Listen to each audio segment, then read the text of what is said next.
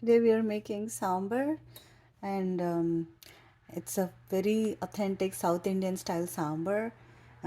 That's a very good combination for idli. So the ingredients that I have here is poppy seed and cinnamon, cloves. Then I have the yellow lentil. Then the urad dal. I have some black peppercorns and some dried red chilies. Then I have here is cumin, coriander seeds, and then I have is fenugreek seeds, what we call as in India we call as methi, and then I have some curry leaves. And to go with that we also have some asafoetida or hing. It gives a very nice flavor.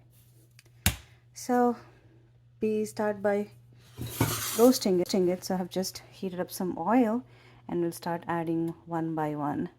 So I just roasted some of the red chilies in the oil.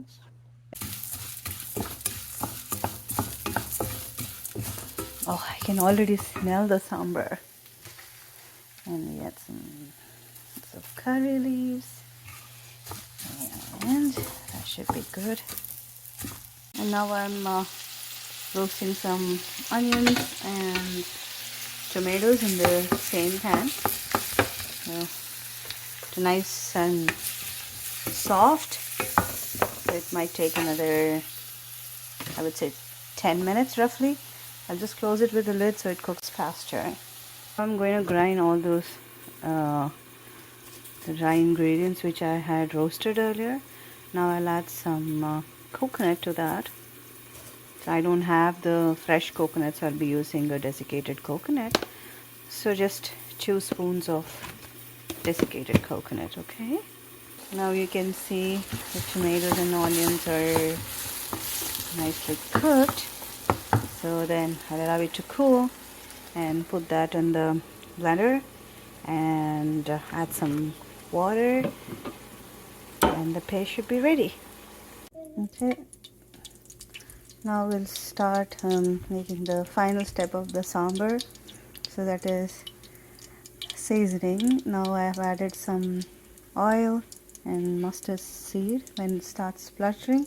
So we're gonna add all the vegetables here. So I have onions, tomatoes, radish, and carrots and beans, and some potatoes.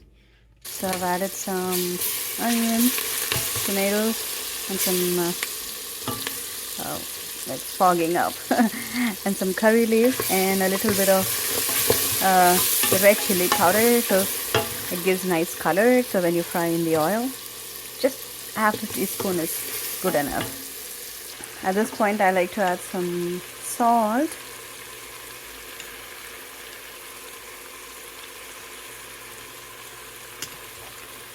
So vegetables can soak up some flavor into it. You don't have to cook it completely. You just need the oil to coat all the vegetables, so that it takes up the nice red color, and some salt on it. And then we'll add the cooked dal. So this is like I had cooked already in the pressure cooker, so the dal is very beautifully cooked. So I'll be adding this and the paste that we already made from all the the tomatoes, onions, and all the dried ingredients, right, in the beginning what we had roasted. So I made a good paste, and now it should all be ready to go in. At this point I also like to add some tamarind water. So I had soaked up some tamarind in hot water, so I'll also add that into this. I always like to add a little bit of sweetness to my sambar, because that will be a perfect balance of spice and sour and sweet. So I'm using a little bit of jaggery here, just a little, just a spoon of it. Okay, now I'll add the grinded paste and the dal. Right, now you can see I've added the dal, sambar, and the sambar mixture that I had already made, the grind paste. Okay, so I'll just add some water because now it looks, you can see it's nice and thick. You don't want such a thick sambar. It all goes how you like with idli, but I prefer it to be not so thick. So it's nice when you uh, eat with idli, it can soak up the beautiful sambar. Okay, so I'm on the last step. I'll just close the pressure cooker for another 5 minutes while the vegetables will start cooking, and we are all done. I forgot to mention one last thing, the asafoetida, the hing. So I'll add it in the last.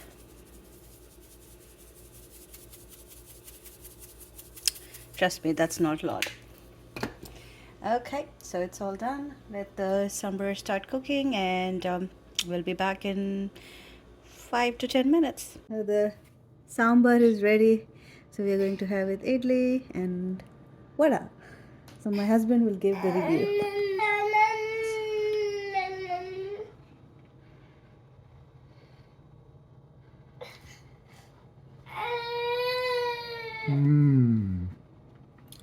Simply delicious.